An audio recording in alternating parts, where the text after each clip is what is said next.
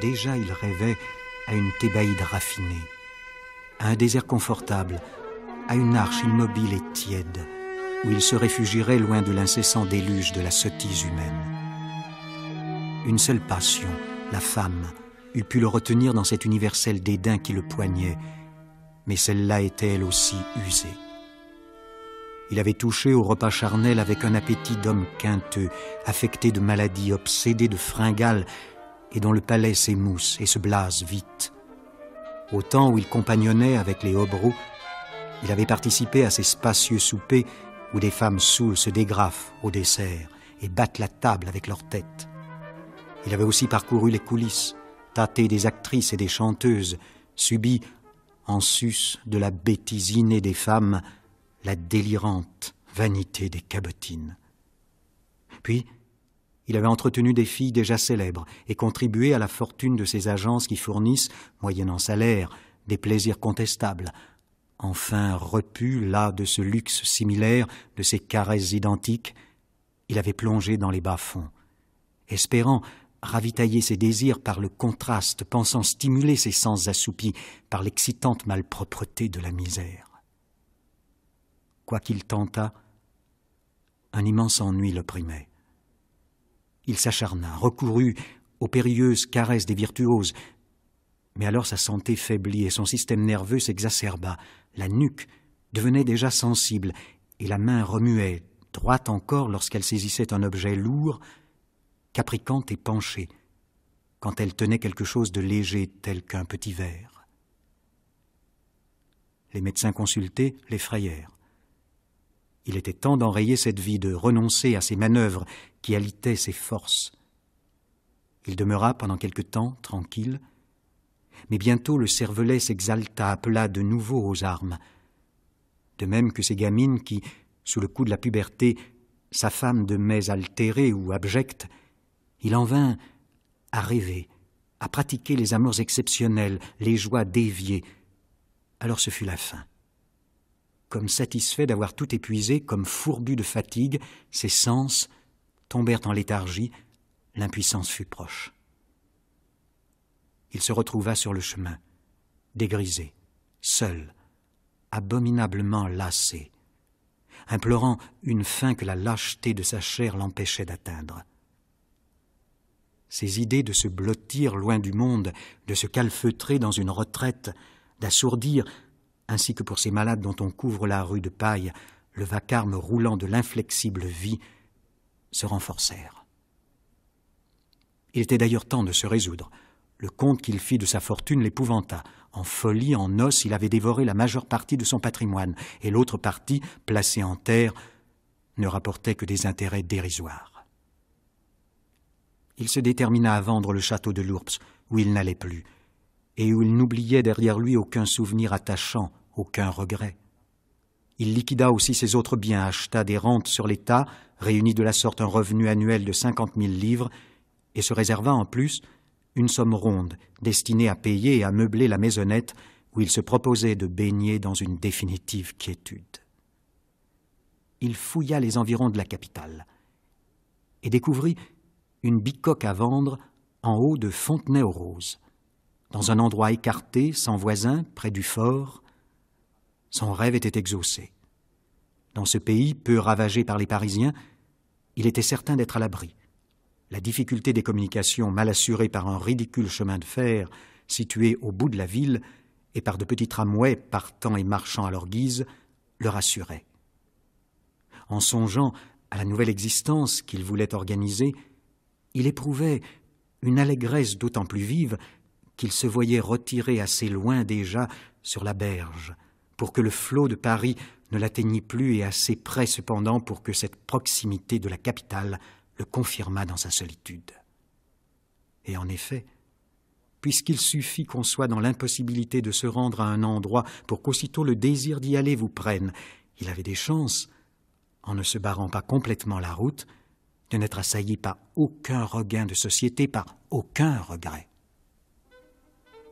Il mit les maçons sur la maison qu'il avait acquise, puis, brusquement, un jour, sans faire part à qui que ce fût de ses projets, il se débarrassa de son ancien mobilier, congédia ses domestiques et disparut, sans laisser au concierge aucune adresse.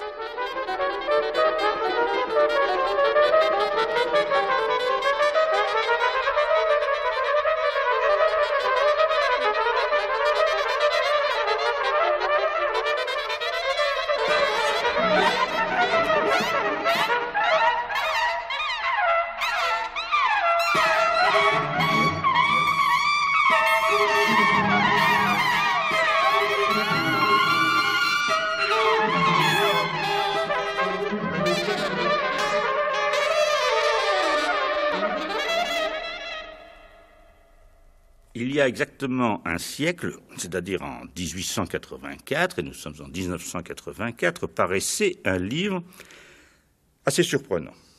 Enfin, je veux dire assez, nous allons fouiller cette question, parce qu'il était plutôt extraordinairement surprenant. Ce livre a pour titre « À rebours ». Il est signé Joris Karl Huysmans. Joris Karl Huysmans, naturaliste, disciple de Zola, participant aux soirées de Médan. Et soudain, ce livre de névrosisme, c'est un terme qui lui aurait peut-être plu, j'imagine, un emploi de semblable, créant une écriture nouvelle, contredisant Zola de bout en bout. Et, il y a un siècle, ce livre, à rebours, ne fonde pas, mais concrétise le décadentisme. Et à partir de là, s'ouvre non pas une école, mais une ouverture extraordinaire sur la littérature, c'est-à-dire que tout y est possible. Alors, on peut dire que le naturalisme, c'était une sorte de clôture. À rebours, ouvre de nouveau toutes les eaux, permet le symbolisme, permet, dans une certaine façon, le Parnasse, et pose des problèmes qui sont ceux de la fin du siècle. De la fin de siècle, plus exactement, comme dit Huysmans, toutes les fins de siècle se ressemblent. Or, il semblerait qu'aujourd'hui, nous soyons aussi un peu, par notre sensibilité peut-être, dans une fin de siècle, mais là, nos auditeurs vont en juger. Je veux dire tout de suite qu'on peut trouver à rebours dans diverses collections. Je vais commencer par la collection au format de poche. Il y a une édition aux éditions Folio, c'est-à-dire chez Gallimard, à rebours, bien sûr, avec une préface et des notes de Marc Fumaroli, que nous entendrons. Il y a chez Garnier-Flammarion une autre édition de à rebours, qui, celle-là, est préfacée et annotée par Pierre Waltner. Et enfin, il y a l'imprimerie nationale avec des aquarelles de Jean Marzel, une édition commentée, préfacée, annotée par Rose Fortassier, qui est parmi nous.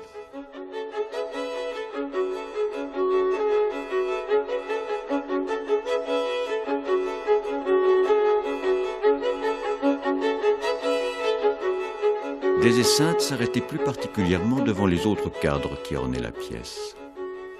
Ceux-là étaient signés Odilon Redon. Ils renfermaient dans leurs baguettes de poirier brut, liserées d'or, des apparitions inconcevables. Une tête d'un style mérovingien posée sur une coupe, un homme barbu tenant tout à la fois du bonze et de l'orateur de réunion publique, touchant du doigt un boulet de canon colossal, une épouvantable araignée logeant au milieu de son corps une face humaine. Puis des fusains partaient plus loin encore dans l'effroi du rêve tourmenté par la congestion. Ici, c'était un énorme dé à jouer où clignait une paupière triste. Là, des paysages secs, arides, des plaines calcinées, des mouvements de sol, des soulèvements volcaniques accrochant des nuées en révolte, des ciels stagnants et livides. Parfois même, les sujets semblaient empruntés au cauchemar de la science, remonter au temps préhistorique. Une flore monstrueuse s'épanouissait sur les roches.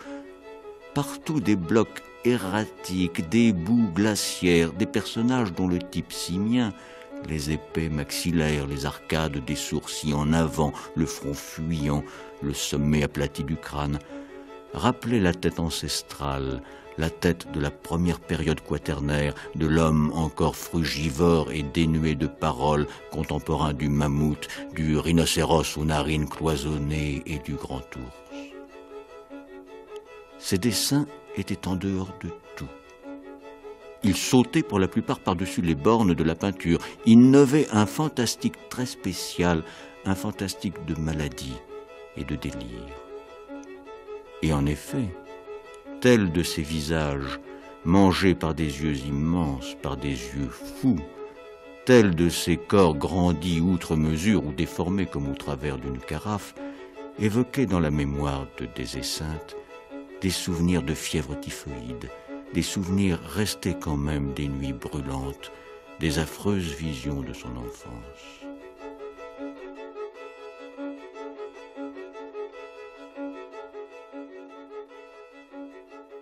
Alors, je voudrais d'abord demander à Rose Fortassier de nous résumer en quelques mots Huysmans lui-même.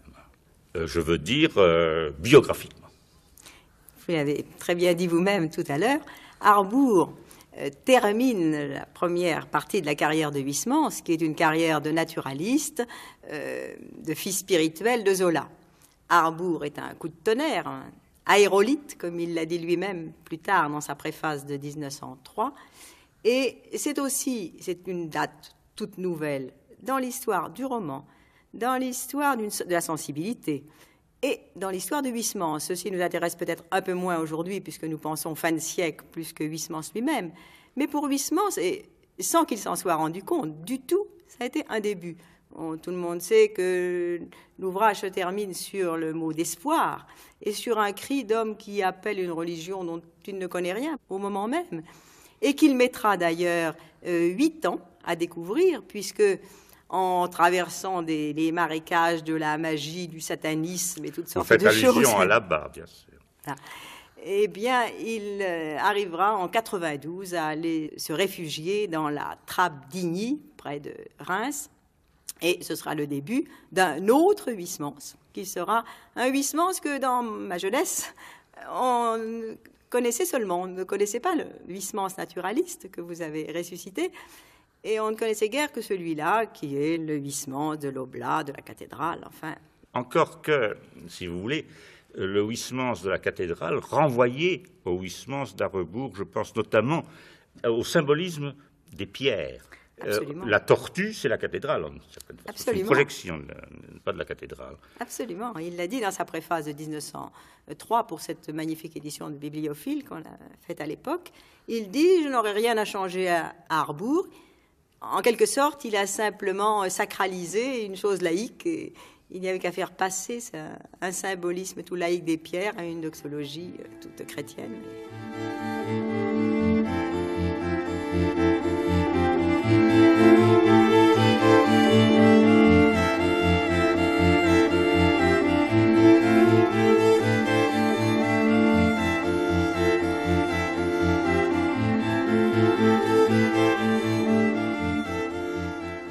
Il n'y a pas à dire, pensait Des-Esseintes, s'essayant à se raisonner, à suivre la marche de cette ingestion de l'élément jésuite à Fontenay. J'ai, depuis mon enfance, et sans que je l'ai jamais su, ce levain qui n'avait pas encore fermenté. Ce penchant même que j'ai toujours eu pour les objets religieux en est peut-être une preuve. Mais il cherchait à se persuader le contraire, mécontent de ne plus être maître absolu chez lui. Il se procura des motifs. Il avait dû forcément se tourner du côté du sacerdoce, puisque l'Église a, seule, recueilli l'art, la forme perdue des siècles. Elle a immobilisé, jusque dans la ville reproduction moderne, le contour des orfèvreries, gardé le charme des calices élancés comme des pétunias, des ciboires aux flancs purs, préservé même dans l'aluminium, dans les faux émaux, dans les verres colorés, la grâce des façons d'antan. En somme, la plupart des objets précieux, classés au musée de Cluny et échappés par miracle à l'immonde sauvagerie des sans-culottes, proviennent des anciennes abbayes de France. De même que l'Église a préservé de la barbarie, au Moyen-Âge, la philosophie, l'histoire et les lettres, de même elle a sauvé l'art plastique, amené jusqu'à nos jours ces merveilleux modèles de tissus, de joaillerie que les fabricants de choses saintes gâtent le plus qu'ils peuvent, sans en pouvoir toutefois altérer la forme initiale, exquise. Il n'y avait dès lors rien de surprenant à ce qu'il eût pourchassé ces antiques bibelots, qu'il eût, avec nombre de collectionneurs, retiré ces reliques de chez les antiquaires de Paris, de chez les brocanteurs de la campagne. Mais il avait beau invoquer toutes ces raisons, il ne parvenait pas complètement à se convaincre. Certes, en se résumant, il persistait à considérer la religion ainsi qu'une superbe légende, qu'une magnifique imposture, et cependant, en dépit de toutes ces explications, son scepticisme commençait à s'entamer. Évidemment, ce fait bizarre existait. Il était moins assuré maintenant que dans son enfance, alors que la sollicitude des jésuites était directe, que leur enseignement était inévitable, qu'il était entre leurs mains, leur appartenait corps et âme, sans lien de famille, sans influence pouvant réagir contre eux du dehors. Il lui avait aussi inculqué un certain goût du merveilleux qui s'était lentement et obscurément ramifié dans son âme, qui s'épanouissait aujourd'hui dans la solitude, qui agissait quand même sur l'esprit silencieux, interné, promené dans le court manège des idées fixes. À examiner le travail de sa pensée, à chercher à en relier les fils, à en découvrir les sources et les causes, il en vint à se persuader que ses agissements pendant sa vie mondaine dérivaient de l'éducation qu'il avait reçue. Ainsi, ses tendances vers l'artifice, ses besoins d'excentricité, n'étaient-ils pas, en somme, des résultats d'études spécieuses, de raffinements extraterrestres, de spéculations quasi théologiques? C'était, au fond, des transports, des élans vers un idéal, vers un univers inconnu, vers une béatitude lointaine, désirable, comme celle que nous promettent les Écritures. Il s'arrêta net, brisa le fil de ses réflexions. « Allons, se dit-il dépité, je suis encore plus atteint que je ne le croyais. Voilà que j'argumente avec moi-même, ainsi qu'un casuiste. »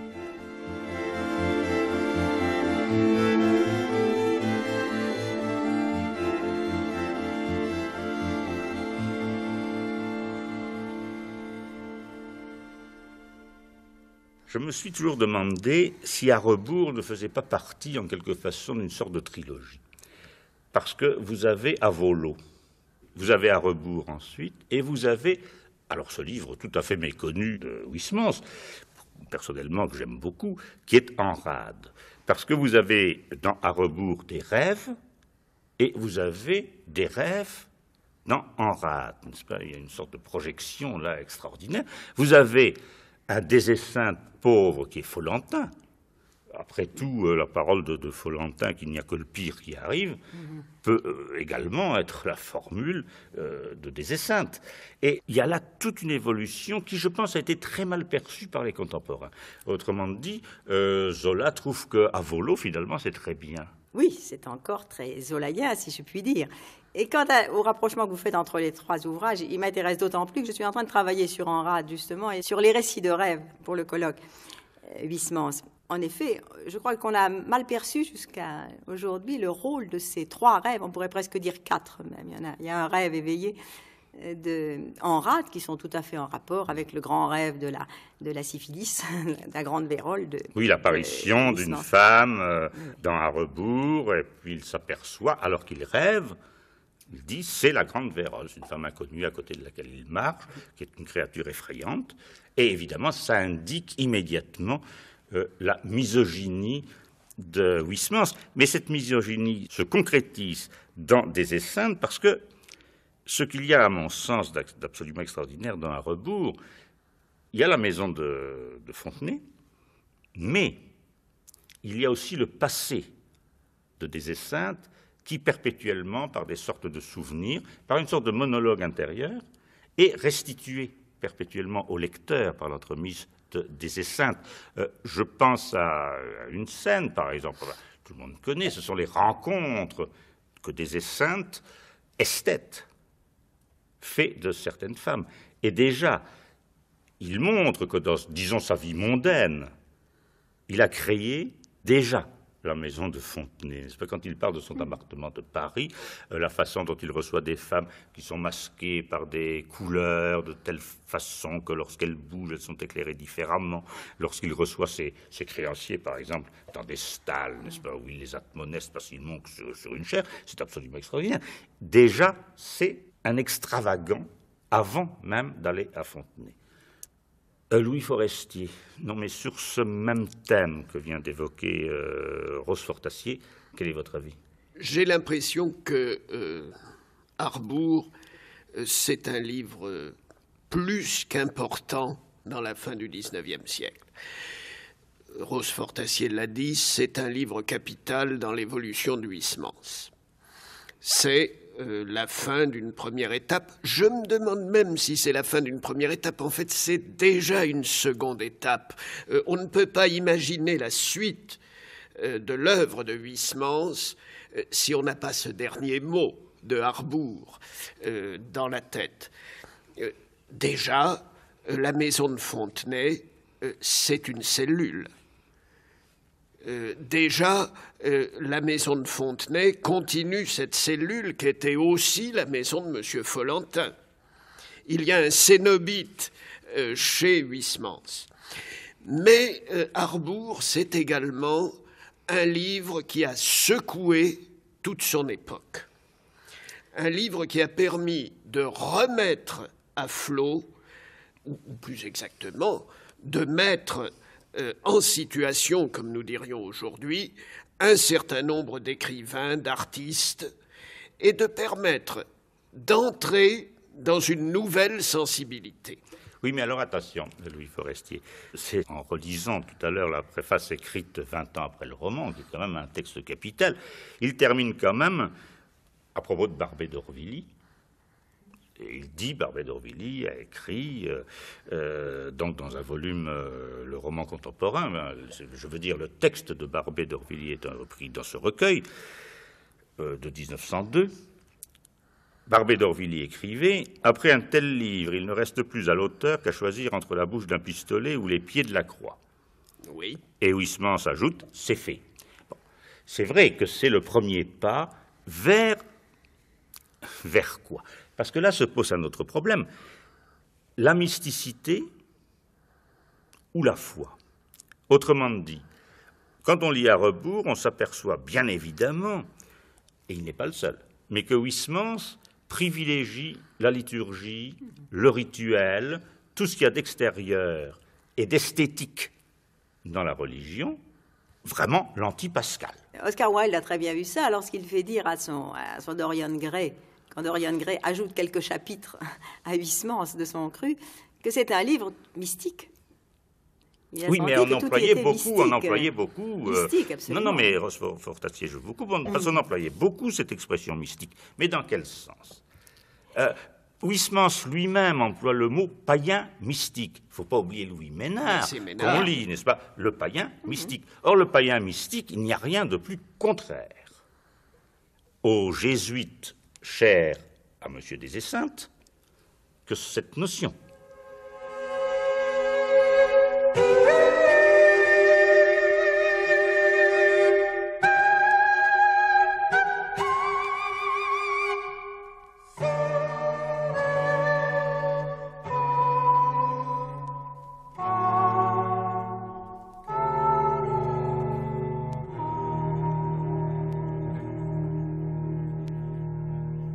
Alors, je voudrais, si vous voulez, demander son avis à Marc Fumaroli. Il faudrait peut-être distinguer entre la postérité du roman, de sa conception même, et la postérité du héros de ce roman.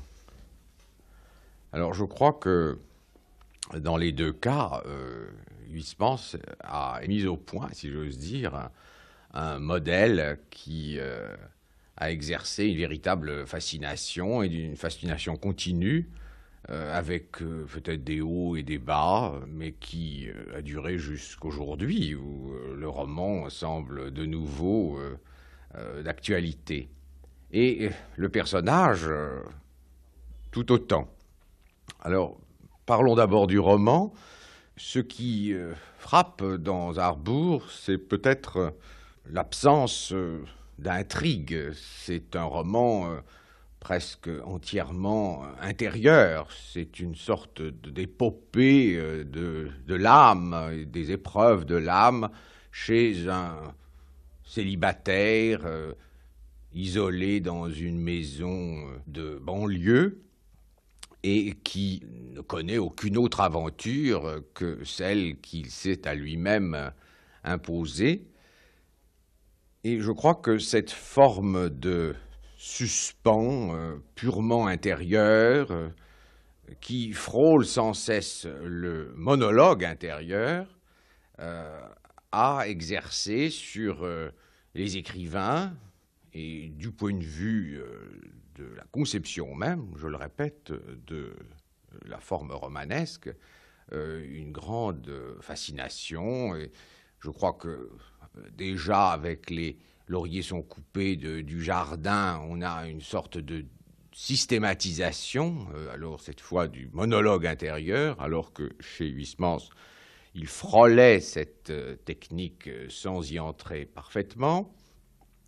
Mais on pourrait trouver ensuite bien d'autres exemples de cette conception, je dirais presque minimale, du roman, avec un héros purement intellectuel ou purement intérieur, et dont les épreuves sont les seules aventures, les épreuves morales ou les épreuves intellectuelles. Alors je crois que on pourrait également citer, bien que la chose paraisse un peu surprenante au premier abord, mais on sait à quel point Valéry, lorsqu'il était très jeune et qu'il fréquentait encore le petit groupe de Mallarmé, a été fasciné par Huysmans, et que dans sa correspondance avec Pierre Louys, le nom de Huysmans revient sans cesse. Et je crois que, par exemple, je ne sais pas si on peut qualifier Monsieur Teste de roman, c'est justement là l'ambiguïté. À l'origine, ceux qui descendent de Huysmans, ou d'Harbour plus spécialement, a des difficultés, en somme, à entrer dans le cadre du roman tel que le XIXe siècle l'avait conçu. Mais Monsieur Teste, à mon avis, est un ouvrage qui répond à la poétique romanesque de Huysmans dans Harbour.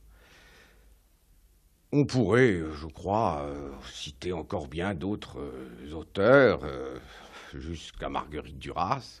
Mais ce qui me paraît plus important, peut-être du point de vue plus général, en dehors même du laboratoire littéraire et des modèles qui y interviennent, c'est le personnage des Esseintes.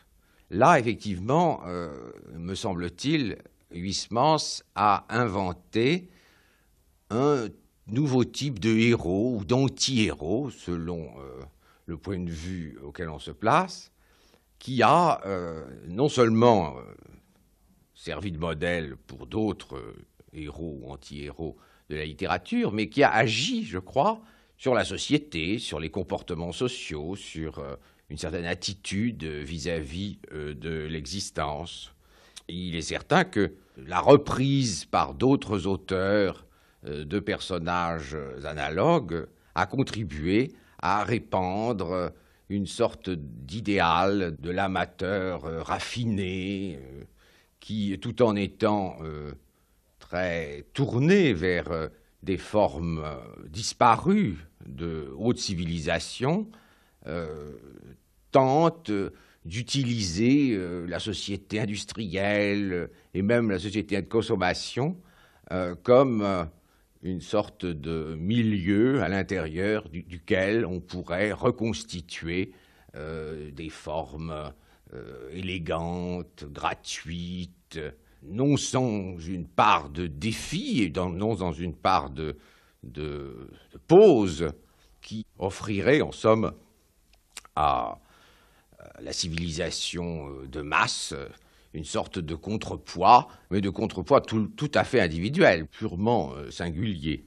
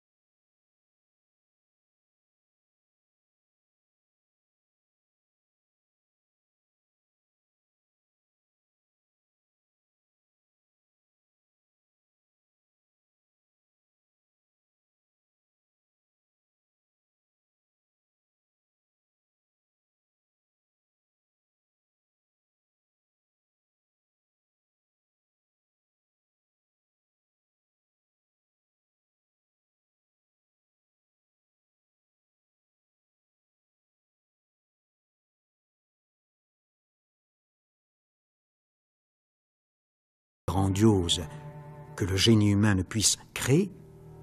Aucune forêt de Fontainebleau, aucun clair de lune que des décors inondés de jets électriques ne produisent, aucune cascade que l'hydraulique n'imite à s'y méprendre, aucun roc que le carton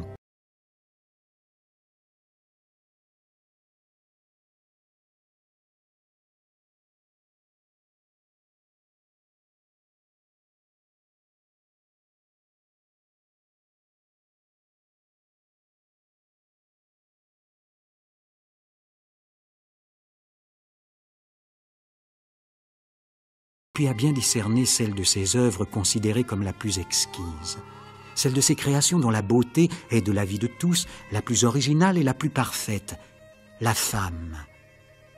Est-ce que l'homme n'a pas de son côté fabriqué à lui tout seul un être animé et factice qui la vaut amplement au point de vue de la beauté plastique? Est-ce qu'il existe ici-bas un être conçu dans les joies d'une fornication et sorti des douleurs d'une matrice dont le modèle, dont le type soit plus éblouissant, plus splendide que celui de ces deux locomotives adoptées sur la ligne du chemin de fer du Nord? L'une, la Crampton, une adorable blonde, à la voix aiguë, à la grande taille frêle, emprisonnée dans un étincelant corset de cuivre, au souple et nerveux allongement de chatte. Une blonde pimpante et dorée dont l'extraordinaire grâce épouvante lorsque, raidissant ses muscles d'acier, activant la sueur de ses flancs tièdes, elle met en branle l'immense rosace de sa fine roue et s'élance toute vivante en tête des rapides et des marées. L'autre, Languerte, une monumentale et sombre brune, aux cris sourds et rauques, aux reins trapus, étranglée dans une cuirasse en fonte, une monstrueuse bête, à la crinière échevelée de fumée noire, aux 6 roues basses et accouplées. Quelle écrasante puissance lorsque, faisant trembler la terre, elle remorque pesamment.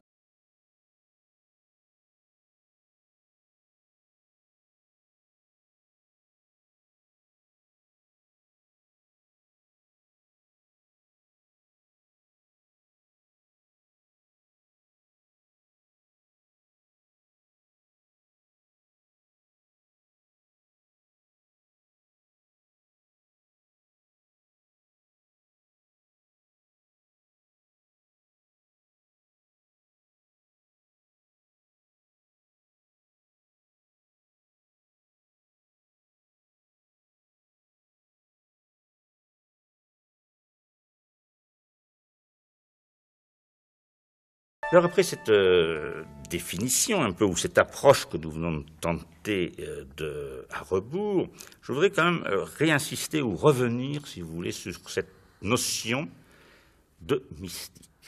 C'est-à-dire esthétique égale mystique, ou bien la mystique est-elle vraiment le buisson ardent dans lequel, au contraire, on se dépouille de tout? Est-ce que Durtal, puisque nous évoquons quand même Huysmans un peu dans une autre globalité, est-ce que Durtal, qui est l'anti des Esseintes, c'est possible, mais est-ce que Durtal, avec ses crises juponnières dans l'Oblast, je reprends le terme crise juponnière, puisqu'il est employé par Huysmans dans sa période naturaliste, est-ce que vraiment il parvient au buisson ardent? Absolument pas. Il y a simplement un désir, et en même temps un côté sacrilège d'ailleurs, parce que la religion y est utilisée, en somme, pour aller... Oui, mais déjà dans Arrebourg, oui. Il y a une utilisation qui est d'ailleurs de toute une époque et qui se voit chez le Sar Péladan, chez Rémy de Gourmont, chez tout le monde, des objets du culte. Enfin, ces femmes qui portent des étoles des étoles de prêtres qu'elles achètent et qui se font faire des tabourets, des coussins avec des tissus religieux. Enfin, bon, qui s'asseyent dans des cathèdres, dans des confessionnaux oui, mais aménagés. Chez Huysmans, ça va plus loin, puisqu'il passe le pas. Oui, il le passera plus tard, mais dans Arrebourg, on en est seulement là, à une curiosité et à un désir de sacrilège qui est certainement déjà un chemin vers Dieu. Ça veut dire qu'on pense qu'il existe, au moins, si on l'attaque. En tout cas, il est certain que vous avez, me semble-t-il, parfaitement bien fait de citer Péladan, parce qu'il me semble qu'il y a là une trilogie, peut-être pourrait-on l'augmenter, mettre davantage de personnages, mais il y a Barbet, il y a Huysmans, il y a Péladan. Oui, il y a Blois. Ah ben, c'est une quadrilogie à ce moment-là. C'est pourquoi j'avais parlé de l'augmenter. Et je crois qu'il y a là, en effet, quelque chose dans cette matière. Il me semble que ce qui fait le drame de Huysmans, c'est qu'il a voulu, d'une certaine façon, faire un ouvrage naturaliste. Je relisais ses lettres à Zola. Je sais bien que ces lettres à Zola sont suspectes dans la mesure où ce sont des lettres à Zola. Il faut en laisser. Il a dit « J'ai étudié la névrose, j'aurais dû l'étudier dans un autre sens, j'aurais dû ne pas finir par l'audition. » Il y a tout de même, dans À rebours, une base qui est une base naturaliste. Comment, à partir de cette base naturaliste, Huysmans a-t-il fait un roman tout à fait neuf? Comment a-t-il fait quelque chose qui, finalement, n'a jamais été réalisé par les naturalistes eux-mêmes, jamais par Zola? Comment une œuvre tout à fait originale a-t-elle été proposée par Huysmans à partir de données naturalistes? C'est ça qui est passionnant, c'est ça qui est neuf, finalement. Oui, est-ce que vous ne croyez pas que, finalement, Huysmans ne fait pas un roman? Parce qu'il n'y a pas d'histoire dans Un rebours. Il ne fait pas un roman. C'est absolument ce qu'il faut bien voir, je pense. Il ne fait pas un roman. Il fait une sorte de catalogue. Moi, ce qui me frappe, enfin, si vous voulez, mais Rose Fortassier, je vais vous demander votre avis, c'est qu'il y a quand même un lien aussi paradoxal que cela puisse sembler à première vue, entre le Drageoir aux épices, qui sont des pièces détachées, et À rebours, qui est un ensemble, mais de morceaux. Oui, c'est un ensemble presque de poèmes en prose, Arrebour, si l'on veut bien. Ça démolit complètement le roman, et ça, Zola l'a bien vu, il en a été un peu triste. Et vous aviez raison de dire qu'il était parti, en effet, que Huysmans partait d'un sujet qui convenait très bien à un naturaliste, cette étude de la névrose qu'au fond Zola avait traité lui aussi dans La joie de vivre, très peu de temps auparavant, et en partant d'ailleurs comme Huysmans de lui-même, puisqu'il a senti, après la mort de sa mère, un moment pénible. Quant à Huysmans, on sait par son ami Maurice de Fleury qu'il était cyclotimique, suranxieux, hyperémotif, et psychopathe, etc. Bon, il est donc parti de là. Et ce que vous disiez des sensations auditives, oui, c'est intéressant comme il en parle, car il dit Je les ai mises à la fin parce qu'en effet, les médecins disent, Axel Ruth, et je ne me rappelle plus quel est son complice, ils sont deux à avoir écrit un ouvrage sur la névrose que Huysmans a lu, et ces auteurs disent qu'on finit par les hallucinations auditives. Il dit, c'est dommage parce que ça aurait mieux fait vers le chapitre 8 ou 9, je ne sais, pour la beauté de la chose. Et là, il y a une concession touchante au naturalisme, au fond, au document.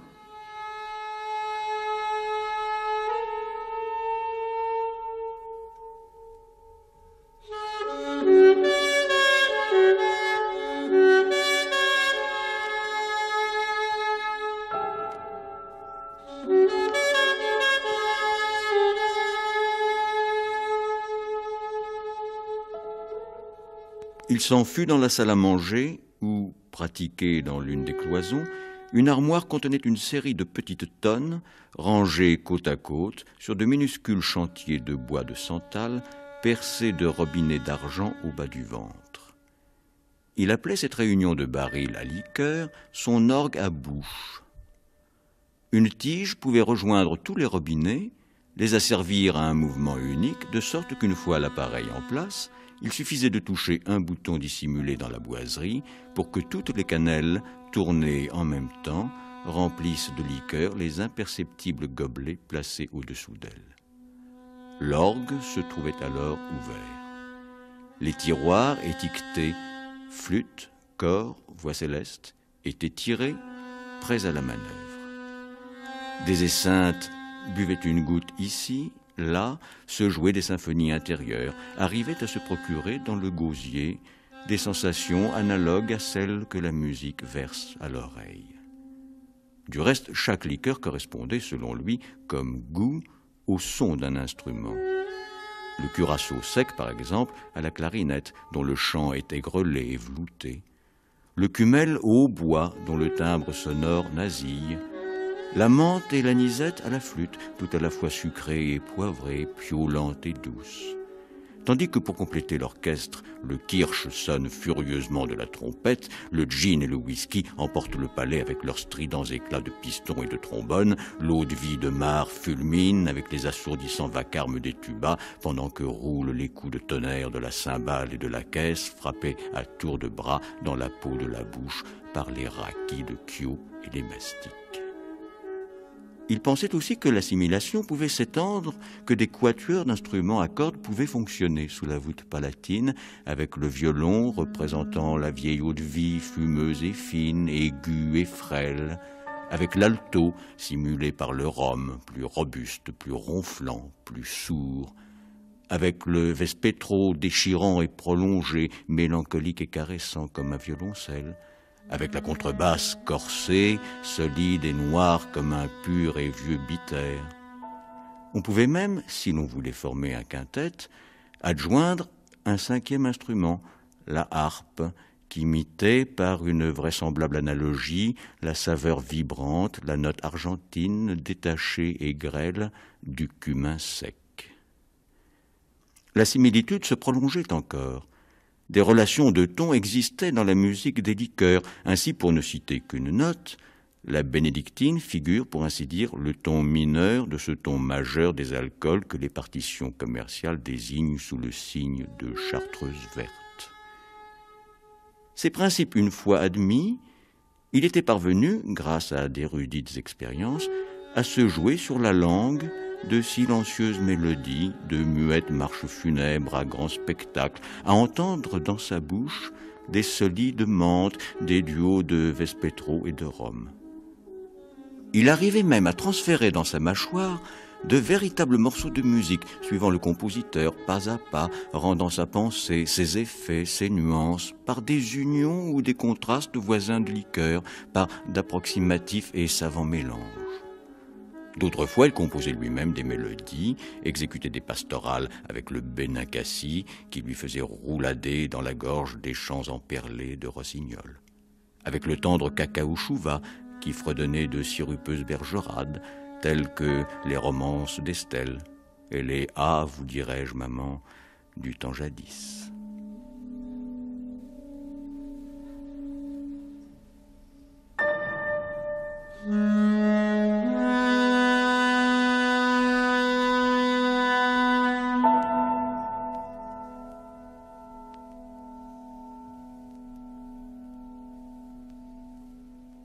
Je voudrais rebondir, profiter de ce que vient de dire Rose Fortassier, Forestier, vous serez peut-être d'accord avec moi, c'est qu'il y a quand même un point très fort dans Rebours, c'est l'antinature. Alors, pour un naturaliste, être antinature, ça me paraît évident. Par contre, alors là, je peux complètement me tromper, je me demande si justement la lecture de À rebours et des textes contemporains de Huysmans n'éclaire pas un petit peu Zola lui-même. C'est-à-dire que les rêveries féminines de Zola, par exemple, j'évoque La curée, c'est-à-dire les scènes dans la serre, n'est-ce pas, c'est-à-dire la séduction d'un homme par une femme qui joue, enfin ils inversent leur rôle, c'est évident. Est-ce que toutes ces hantises ne sont pas finalement un peu mises à plat, dévoilées, montrées, sous le masque aussi d'avoir lu les ouvrages médicaux du temps, par Huysmans? Les rapports des Esseintes avec l'acrobate Urania, je crois, sont évidemment... montre des rapports absolument inversés. Il y a tout un matériel d'une époque, d'une sensibilité de l'époque, d'une sensibilité souvent de célibataire. Le célibataire a joué un grand rôle à cette époque. Il était très malheureux. Et la syphilis. Pardon. Et la syphilis qui était là.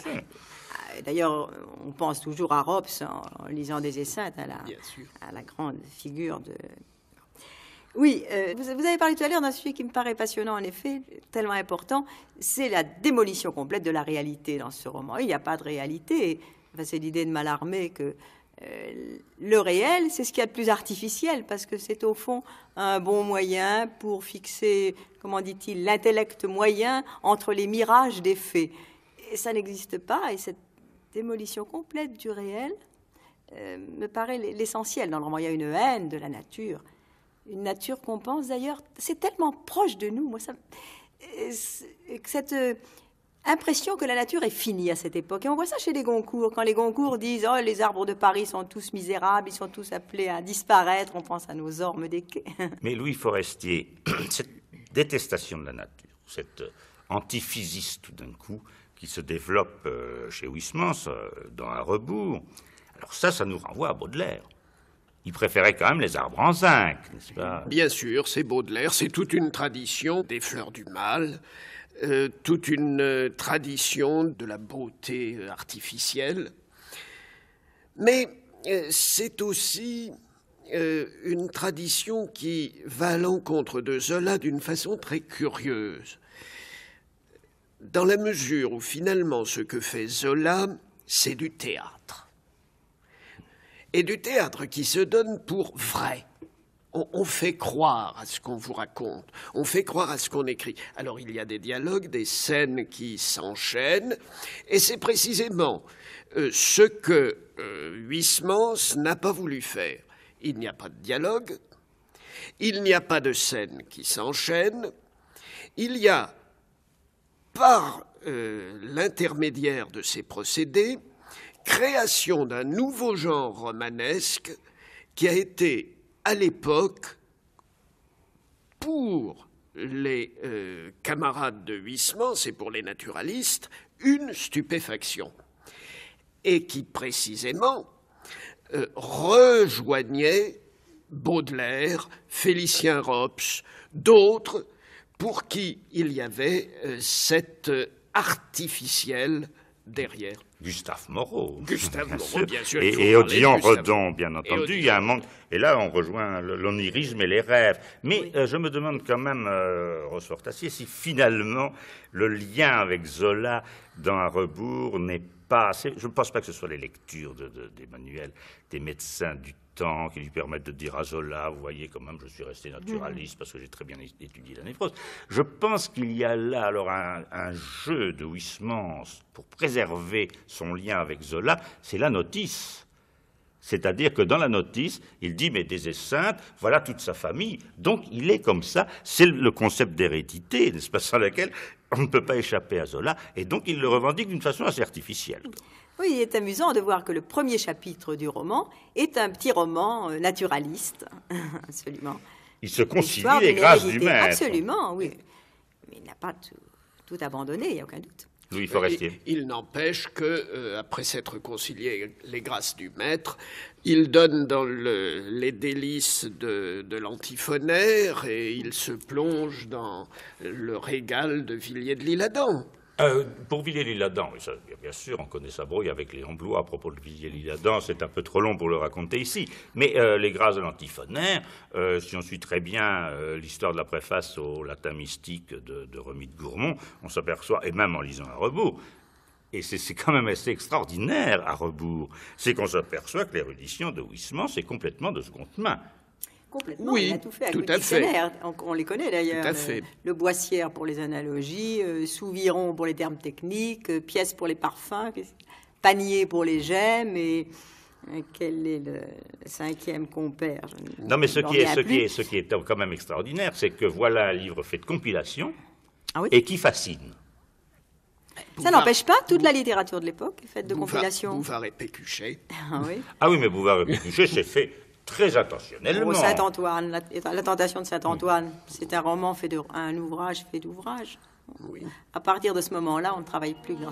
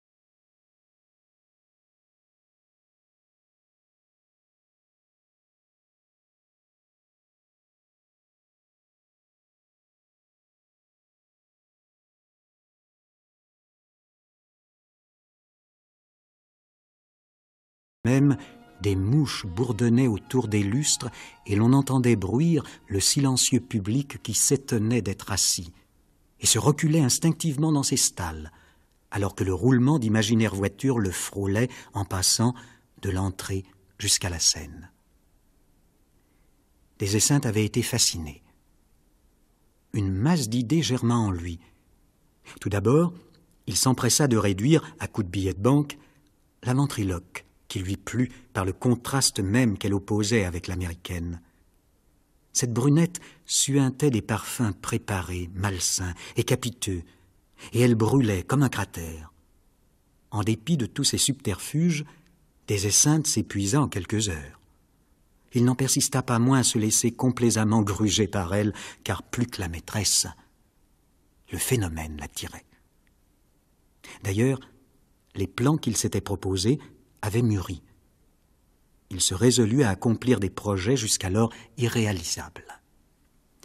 Il fit apporter, un soir, un petit sphinx, en marbre noir, couché dans la pose classique, les pattes allongées, la tête rigide et droite, et une chimère, en terre polychrome, brandissant une crinière hérissée, dardant des yeux féroces, éventant avec les sillons de sa queue ses flancs gonflés ainsi que des soufflets de forge. Il plaça chacune de ces bêtes à un bout de la chambre, éteignit les lampes, laissant les braises rougeoyer dans l'âtre et éclairer vaguement la pièce en agrandissant les objets presque noyés dans l'ombre. Puis, il s'étendit sur un canapé, près de la femme, dont l'immobile figure était atteinte par la lueur d'un tison, et,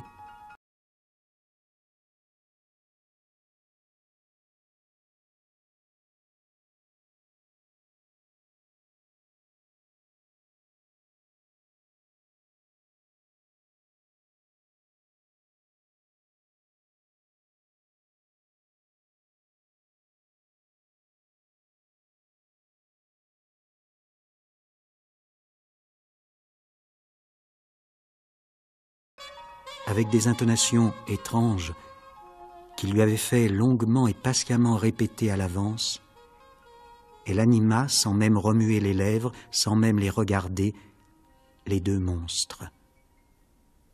Et dans le silence de la nuit, l'admirable dialogue de la chimère et du sphinx commença, récité par des voix gutturales et profondes, rauques, puis aiguës, comme surhumaines. Ici, chimère, arrête-toi. Non, jamais.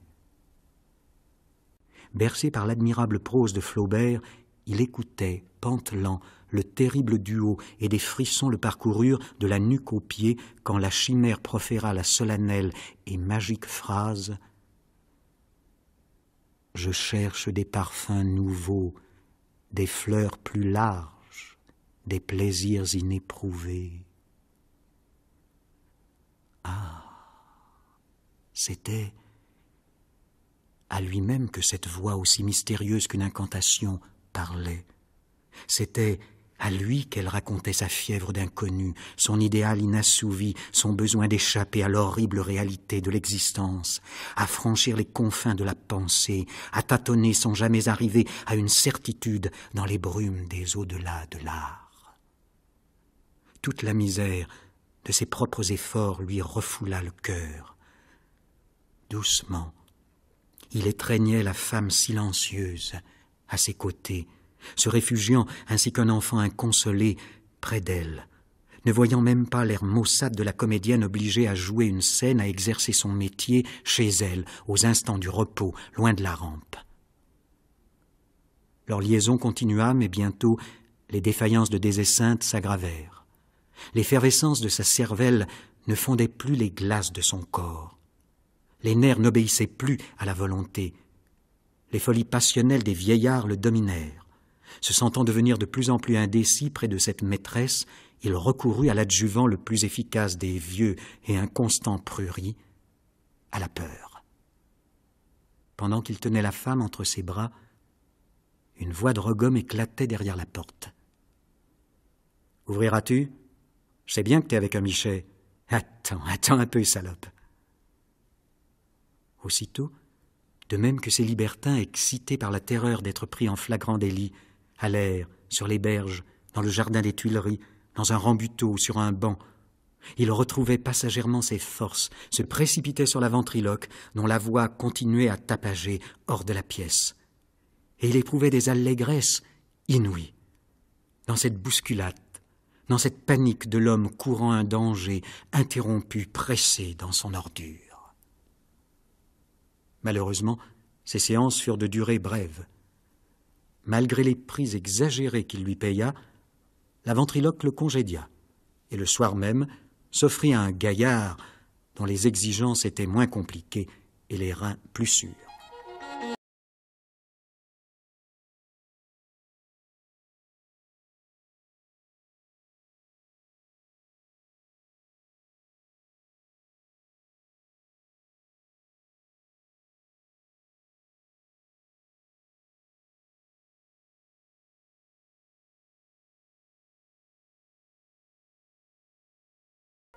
Passons à cet autre thème, si vous voulez. Je l'ai dit au début, à rebours, ce n'est pas évidemment le livre fondateur du décadentisme, mais c'est le révélateur du décadentisme. Alors, je voudrais vous demander, mais je vais d'abord demander à Marc Fumaroli, ce qu'il faut entendre par décadentisme. Oui, avant de définir le décadentisme, il faudrait peut-être tenter de définir ce qu'il faut entendre par décadence. Les mots onisme, en général, sont des extensions abusives et systématiques du radical, si j'ose dire, sur lequel ils sont bâtis.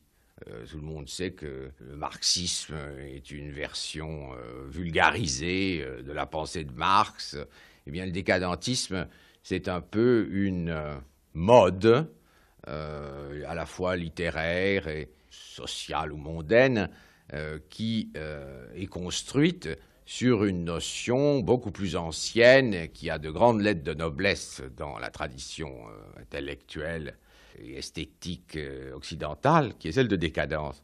Alors, en 2 mots, définir la décadence, cela renvoie à une conception cyclique du temps. Les civilisations auraient un moment de naissance, un moment de maturité et un moment de déclin. Et selon les époques, on favorise ou on a plus de sympathie pour les périodes printanières, les périodes estivales ou les périodes automnales. Il est certain, par exemple, que dans la période que nous Français, nous appelons classique, c'est-à-dire le XVIIe siècle, et en cela, il est d'ailleurs l'héritier de la Renaissance, l'insistance était mise sur les périodes, je dirais, printanières et estivales des civilisations. On se référait comme modèle à l'Antiquité grecque, dans ce qu'elle avait de plus épanoui, où on se référait aux moments les plus réussis de la civilisation latine, comme par exemple la période d'Auguste. Et il est d'ailleurs très significatif que dans Harbour, Huysmans, d'une manière presque systématique, choisisse ou fasse choisir à son héros comme lecture favorite, non pas les auteurs que la tradition humaniste et classique favorisait, mais ceux qu'elle rejetait, c'est-à-dire les auteurs de la latinité tardive, les auteurs du début du Moyen Âge, c'est-à-dire des auteurs associés dans cette vision cyclique du temps à une période non seulement automnale, mais hivernale de la civilisation antique. Et manifestement, dans Harbour, il y a l'idée que la civilisation européenne, qui a connu sa renaissance, qui a connu son moment de splendeur, est maintenant parvenue à une période automnale et même hivernale, et que c'est dans cette conscience de l'automne et de l'hiver que l'artiste doit se situer, et c'est là aussi qu'il peut être créateur, parce que toute autre conception serait mensongère. Il est ridicule, aux yeux du Huysmans, de prendre des modèles dans les moments classiques, parce que le moment que l'on vit est un moment tardif, un moment de déclin, mais ce moment de déclin n'est pas nécessairement un moment de stérilité, bien que, évidemment, l'angoisse de la stérilité soit partout. Ça peut être un moment de fécondité, mais d'un autre ordre, dans la conscience même que les choses sont en train de s'achever, dans la conscience même que les choses prennent une autre couleur, celle de l'automne, celle de l'hiver, celle de la vieillesse, celle de la corruption générale. Et il y a là effectivement une idée très forte qui a beaucoup impressionné les contemporains, mais qui n'est pas originale à Huysmans, qui se trouvait, je crois, déjà largement en germe chez les Goncourt, et dont on pourrait trouver même la philosophie faite par Schopenhauer et d'autres penseurs de la même époque.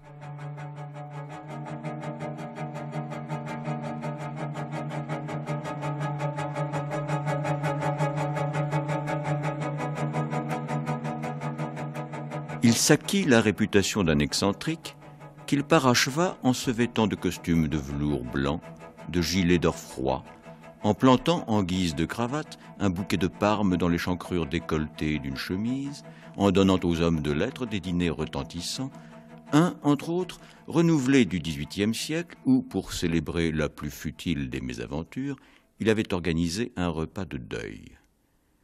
Dans la salle à manger tendue de noir, ouverte sur le jardin de sa maison subitement transformée, montrant ses allées poudrées de charbon, son petit bassin maintenant bordé d'une margelle de basalte et rempli d'encre, et ses massifs tout disposés de cyprès et de pins, le dîner avait été apporté sur une nappe noire, garnie de corbeilles de violettes et de scabieuses, éclairée par des candélabres où brûlaient des flammes vertes et par des chandeliers où flambaient des cierges.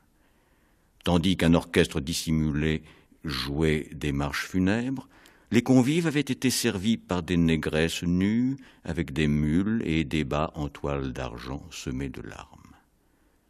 On avait mangé dans des assiettes bordées de noir, des soupes à la tortue, des pains de seigle russe, des olives mûres de Turquie, du caviar, des poutargues de mulet, des boudins fumés de Francfort, des gibiers aux sauces couleur de jus de réglisse et de cirage, des coulis de truffes, des crèmes ambrées au chocolat, des puddings, des brugnons, des résinés, des mûres et des guignes.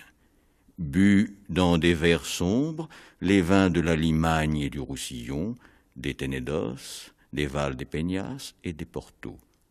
Savourés, après le café et le brou de noix, des kvass, des porters et des stouts. Le dîner de faire part d'une virilité momentanément morte était-il écrit sur les lettres d'invitation semblables à celles des enterrements. Mais ces extravagances dont il se glorifiait jadis s'étaient d'elles-mêmes consumées. Aujourd'hui, le mépris lui était venu de ses ostentations puériles et surannées, de ses vêtements anormaux, de ses embellis de logements bizarres. Il songeait simplement à se composer, pour son plaisir personnel et non plus pour l'étonnement des autres, un intérieur confortable et paré néanmoins d'une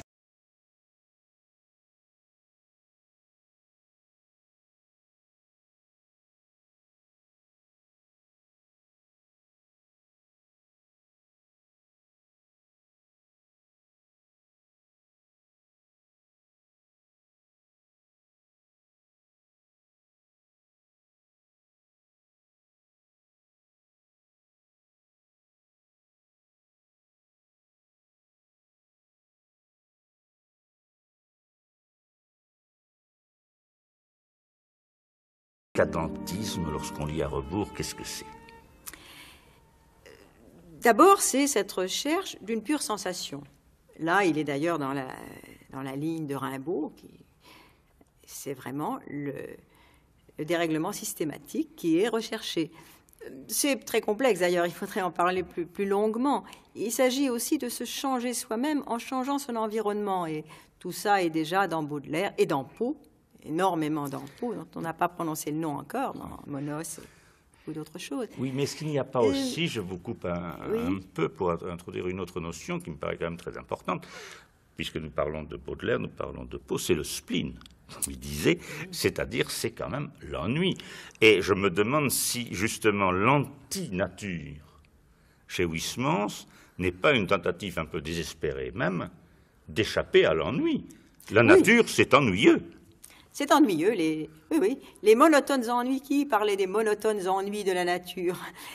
Oui, la nature est ennuyeuse et il faut l'artificiel. Un personnage qu'il avait certainement en tête à l'époque a été ce Louis de Bavière qui a donné l'idée à toute l'Europe. Et d'ailleurs, 2 autres romans avant Harbour en avaient parlé, Le Roi Vierge et l'autre.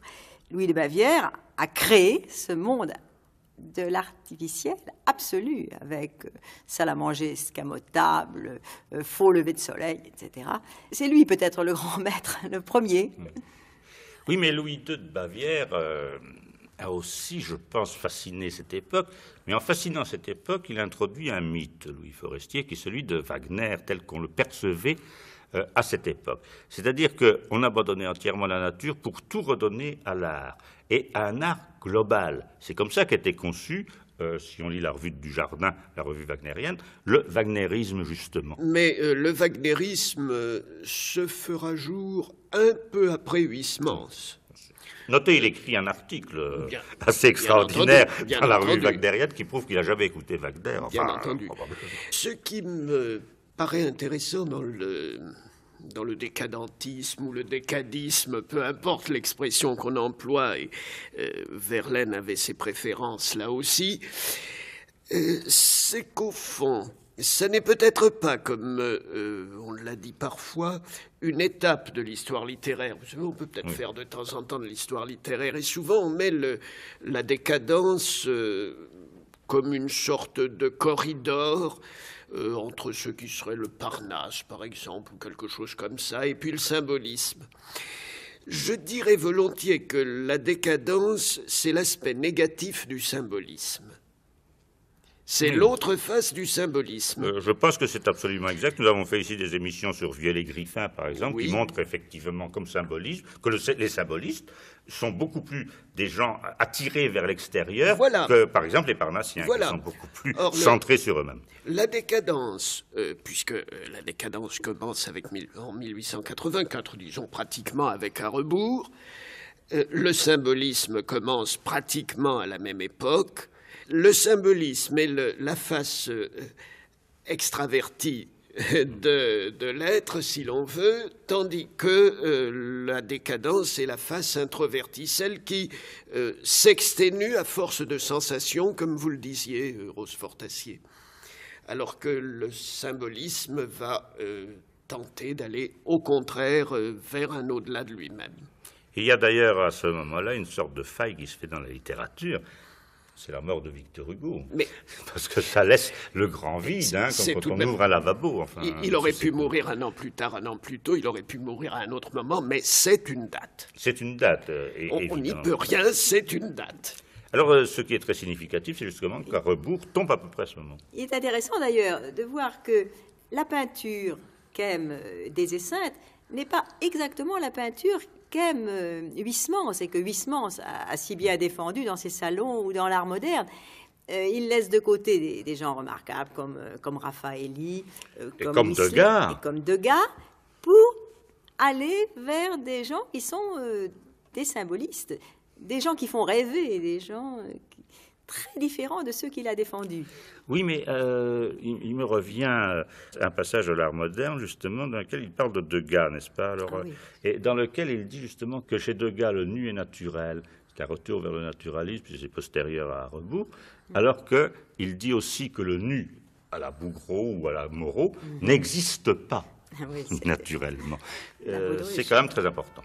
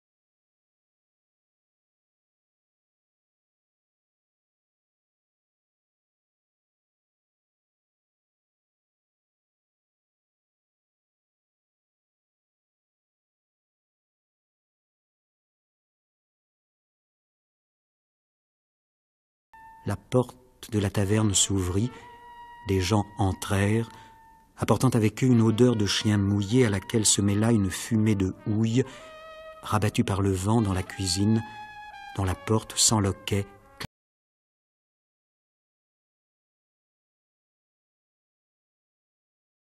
Les jambes, un doux et tiède anéantissement se glissait par tous ses membres, l'empêchait même d'étendre la main pour allumer un cigare. Il se disait « Allons, voyons, debout, il faut filer ». Et d'immédiates objections contrariaient ses ordres. À quoi bon bouger? quand on peut voyager si magnifiquement sur une chaise? N'était-il pas à Londres, dont les senteurs, dont l'atmosphère, dont les habitants, dont les pâtures, dont les ustensiles l'environnaient? Que pouvait-il donc espérer sinon de nouvelles désillusions, comme en Hollande?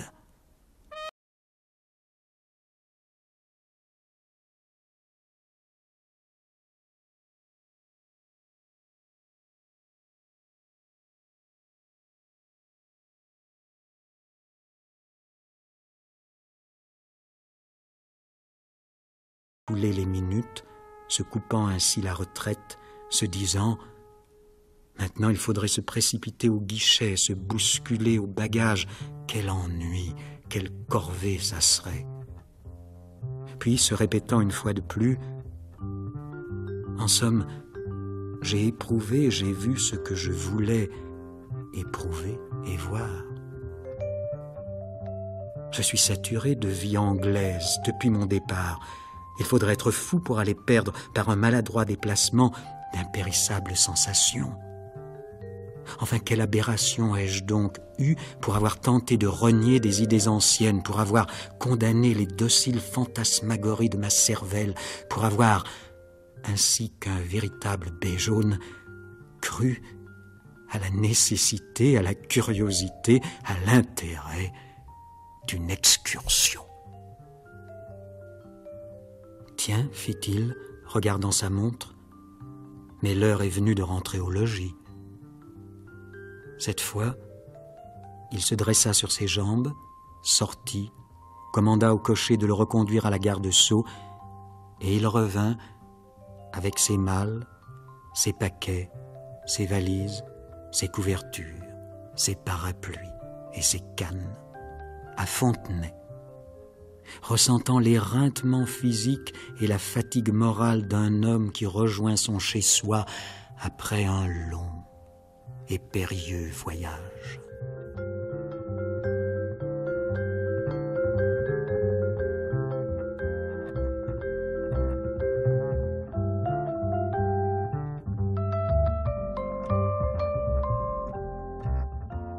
Je voudrais que nous puissions, si vous voulez, un peu conclure. Y a-t-il une actualité aujourd'hui de Harrebourg et de tout ce qu'Harrebourg, avec sa postérité, charrie? Rose Fortassin. Une actualité qui me paraît énorme. Du côté de la sensibilité d'abord, parce que nous sommes malheureusement tous plongés dans des questions de névrose et de nervosisme, et toute notre époque en souffre horriblement, et Huysmans l'a révélé, c'est lui. Bon, laissons cette question de sensibilité. L'autre question très importante, c'est la question d'art du roman, parce que nous vivons encore sur Harrebourg, c'est-à-dire sur un roman qui se veut négation du roman, négation des événements, et du héros. Négation du héros. Et cela, c'est dans Harrebourg, et je crois que c'est Valéry qui a vu la chose très bien, le premier, en disant que Harrebourg apportait un style, un type, et presque, dit-il, un art nouveau. Il nous concerne donc beaucoup du point de vue littéraire. Chacun peut y prendre ce qu'il veut, ceux qui s'intéressent à la manière dont on écrit, comme ceux qui sont plus à l'écoute d'une sensibilité, d'une souffrance. Huysmans se ressuscite l'âme, voilà, l'âme qui avait été niée par les naturalistes. Louis Forestier. Je vais tout à fait dans le sens de Rose Fortassin. Il me semble que Harrebourg a fait communiquer les arts. Huysmans a su parler de la peinture en peignant, il a su parler de musique en utilisant des procédés musicaux. À partir de Huysmans, et Rémy de Gourmont sera un des continuateurs de Huysmans, trop peu connu d'ailleurs, mais un des continuateurs de Huysmans, il y a une osmose des arts, une destruction de la forme traditionnelle et une forme d'écriture nouvelle dont vous parliez, Rose Fortassin, qui me paraît tout à fait remarquable à partir de cette époque.